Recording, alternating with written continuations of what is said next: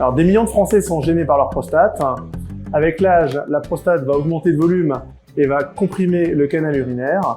Cela va entraîner une gêne urinaire importante. Les patients vont décrire un jet urinaire qui est très lent, de nombreux levées nocturnes, des intervalles entre émissions qui sont très rapprochés. Il existe des solutions. En général, on commence par un traitement médicamenteux. Si cela n'est pas suffisant, un traitement chirurgical peut être proposé. Un des traitements les plus modernes que l'on peut proposer à l'heure actuelle est la chirurgie prostatique au laser, qu'on appelle l'OLEP. Cette technique consiste à retirer le bout d'adénome qui comprime le canal urinaire. Il faut imaginer la prostate comme un œuf dur. On va retirer le jaune de l'œuf et laisser le blanc en place. Et ainsi, la tuyauterie sera débouchée.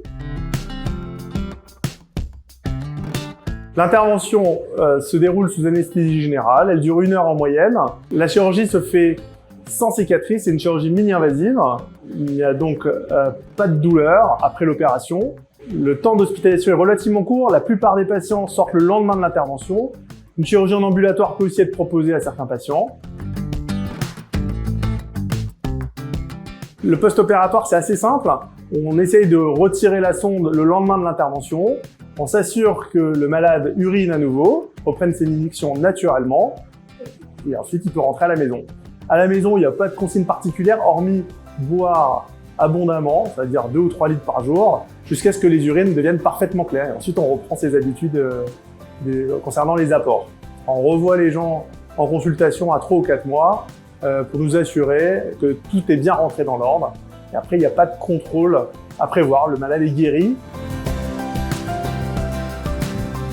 Les avantages de l'OLEP sont nombreux. Outre le temps d'hospitalisation qui est court, on peut opérer des patients qui sont sous traitement anticoagulant ou anti-agrégant plaquettaire sans problème.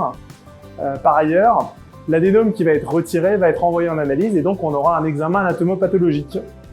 Un des nombreux avantages de l'OLEP, c'est qu'il n'y a pas de repousse, il n'y a pas de retraitement. Le taux de retraitement est extrêmement faible, on dit que c'est moins de 0,5% des patients qui vont avoir un retraitement dans le futur. On peut trouver différents avantages de l'OLEP par rapport à la prise en charge chirurgicale d'une part et puis endoscopique classique dans les nucléations de prostate chez les patients en urologie. Le premier élément, c'est que l'anesthésie s'en trouve assez simplifiée avec l'utilisation beaucoup plus systématique du masque laryngé qui permet un confort anesthésique, une simplicité anesthésique plus grande et puis un confort des patients notamment lors de l'extubation en salle de réveil avec un meilleur vécu.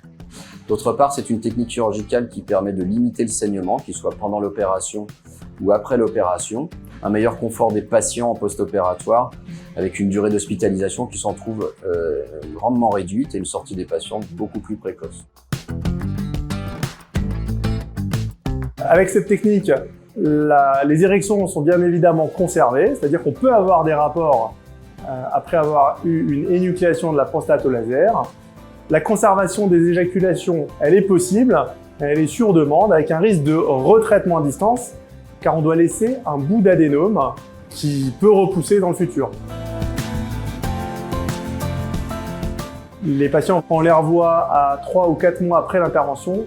La plupart du temps, il n'y a plus de problème.